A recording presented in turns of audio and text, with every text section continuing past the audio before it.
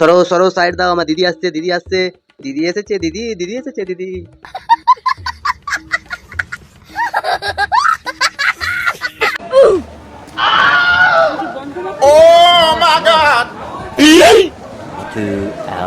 দেখো, মুখ্যমন্ত্রীকে কালীঘাটের মন্দিরে শুধুমাত্র দেখা যেত ভোটের কয়েকদিন আগে আর ভোটের রেজাল্ট বেরোনোর কয়েকদিন পর, যদি তিনি জিতে যেতেন। কিন্তু বর্তমানে ভগবানের রোষে মুখ্যমন্ত্রী মমতা ব্যানার্জি আঘাতপ্রাপ্ত হয়েছেন এবং তিনি ভগবানের কোপে পড়েছেন। তখন আবার তার ভগবানের কথা মনে পড়েছে। আজকে মুখ্যমন্ত্রী মমতা ব্যানার্জি তিনি গেছেন কালীঘাটের মন্দিরে। তো আজকে সেখানটা একটা বিশাল হাসির ঘটনা হয়েছে। ভিডিওটা যদি শেষ পর্যন্ত দেখতে থাকো, কথা দিচ্ছি দারুণ মজা পাবে, পুরো শেষ পর্যন্ত দেখতে হবে। তো চলো আর বেশি না বকে আজকের ভিডিওটা শুরু করা যাক। তো হেই বাঙালি, হ্যালো বাঙালি, নমস্কার বাঙালি, কেমন আছো তোমরা সবাই? আশা করি অনেক অনেক ভালো আছো। আজকের একটা নতুন ভিডিওতে তোমাদের সবাইকে অনেক অনেক স্বাগত।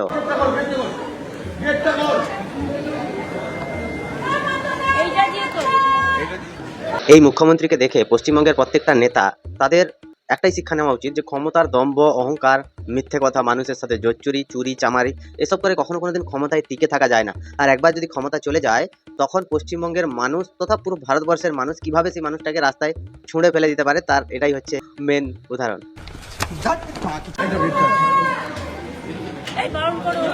এই মাননীয় মুখ্যমন্ত্রী যিনি আসার আগে থেকে মানে 4-5 দিন আগে থেকে কালীঘাটের মন্দিরের একটা গেট বন্ধ করে দেওয়া হতো, এত পরিমাণে পুলিশ মোতায়েন করা হতো যেন সালা একেই মারার জন্য পুরো ভারতবর্ষের লোক খুঁজছে। মানে নিজের প্রতি নিজের কোনো কনফিডেন্স নেই। আর তার যে অভদ্র আচরণ ঠাকুরের প্রতি, মায়ের প্রতি, কালী মায়ের প্রতি, আমরা দেখেছি শিব ঠাকুরের মাথায় এরকম মালা ছুঁড়ে ফেলে দিচ্ছে, আবার কখনো কখনো চরণামৃত খাচ্ছে, সেই চরণামৃত আবার ঠাকুরের দিকে ছুঁড়ে ফেলে দিচ্ছে। মানে কি ছেঁড়া চৈতন্য ছিল এর, আমি বুঝতেই পারি না। আজকে দেখো ক্ষমতা যাবার পরে কেউ কেউ একে ঘুরে তাকাচ্ছেও না, নিজে মাথা নিচু করে চলে যাচ্ছে। এনাকে মেন গেট দিয়ে না ঢুকিয়ে সাইড দিয়ে গেট দিয়ে ঢোকানো হচ্ছে। মানে এনার ইজ্জতটা কোন জায়গায় গিয়ে পৌঁছেছে সেটা একবার ভাবছো? আরে জিও গুরু, জল আছে তো। যে ছিলেন এক সময়ের দোর্দণ্ড প্রতাপ নেত্রী, যার কথায় বাঘে গরুতে এক ঘাটে জল খেত, যার ইশারা ছাড়া পশ্চিমবঙ্গে একটা পাতাও নড়তো না, যাকে কিনা পশ্চিমবঙ্গের মানুষ বাংলার বাঘিনী আখ্যা দিয়েছিল এবং বাংলার অগ্নিগর্ভা কি সব কন্যা দিয়েছিল, যুবরাজ ফুবরাজ, কোনো মাথায় ঢুকছে না আমার। এত কিছু বিশেষণে বিশেষিত করার পরে আজকে তার অবস্থা দেখো। পশ্চিমবঙ্গের মানুষকে সে ডাকছে, সে খুঁজছে যে তাকে অনেকেই ডাকুক, ওনার সাথে কথা বলুক, হাসুক, কিন্তু দেখো পশ্চিমবঙ্গের একটা মানুষের এদের প্রতি ইন্টারেস্ট নাই। তবে একটা কথা বলি, যে নিজের বেটার জন্য যদি কোনো বাবা মা কোনো কিছু করে থাকে সেটা প্রকাশ পায় না। আজকে আমরা প্রমাণ পেয়ে গেলাম যে একটা মানুষ তার নিজের বেটার জন্য কতটা পরিমাণে স্যাক্রিফাইস করতে পারে। যে আজ পর্যন্ত মার খেয়ে খেয়ে এই দলটা গঠন করেছিল, নিজের বেটার চুরির স্বার্থে সে দলটাকে পুরোটাই শেষ করে দিল। এরকম মা বাবা পাওয়া সত্যি 7 জন্মের ভাগ্য। এই ভাগ্য শুধুমাত্র ভাইপোর আছে, আর কারণে।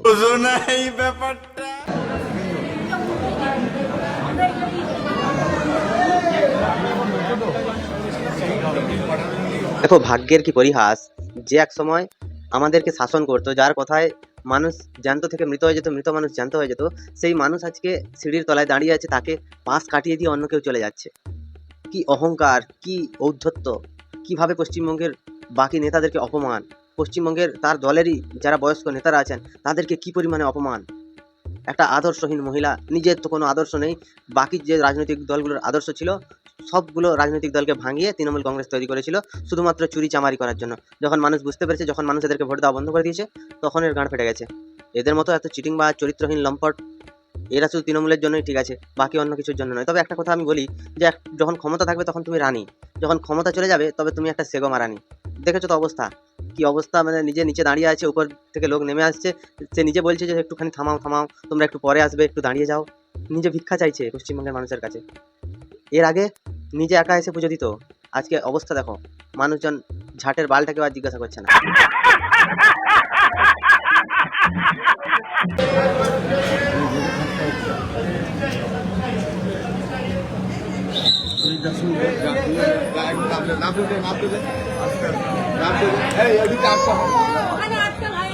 এই প্রাক্তন মাননীয় মুখ্যমন্ত্রীকে একটা কথা বলতে চাই, যে ক্ষমতার দম্ভ দেখিয়ে আপনি এতদিন পশ্চিমবঙ্গের মানুষের অনেক ক্ষতি করেছেন, সেটা ঠিক আছে, কিন্তু দেখুন ভগবান ঠিক আপনাকে তার জায়গায়, আপনার জায়গায় এনে পৌঁছে দিয়েছে।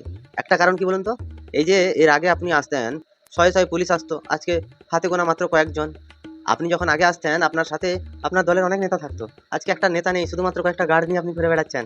সেটা আবার বর্তমান সরকারের দান করেছিল বলে আপনি ঘুরতে পারছেন।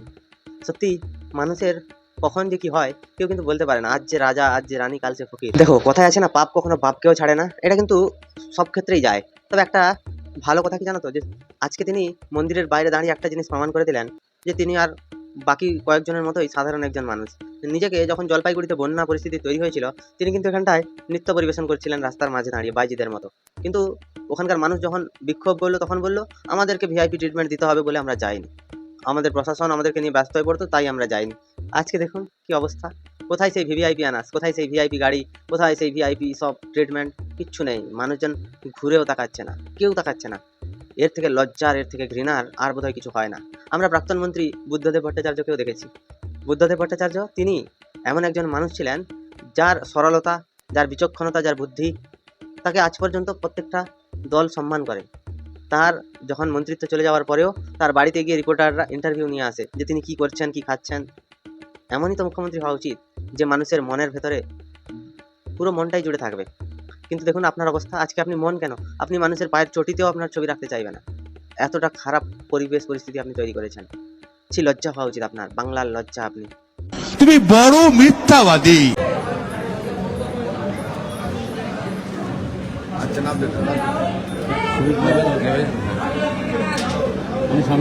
তো মনে যতই রাগ হোক না, এখন আর কিছু করার নেই। যেই মানুষজন তোমায় মাথায় তুলেছিল সেই মানুষজনই তোমায় আজকে লাথি মেরে রাস্তায় নামিয়ে দিয়েছে। দুঃখ করে আর কোনো লাভ নেই, কারণ তুমি সৎ ছিলে আমরা সেটা জানি, কিন্তু তোমার ভাইপো যার কথায় তুমি নাচছিলে সেই মানুষটা না পুরো পশ্চিমবঙ্গটাকে শুষে দিয়েছে পিছিয়ে। এমনভাবে শুষেছে যে পশ্চিমবঙ্গ আর উঠে দাঁড়ানোর মতো ভর পাচ্ছে না। প্রায় এখনো 10 বছর লাগবে পশ্চিমবঙ্গের ঘুরে দাঁড়াতে, কারণ এই পরিমাণ তোলাবাজি, জুলুমবাজি সব করেছে, তুমি সেগুলো চোখ বন্ধ করে দেখেছো।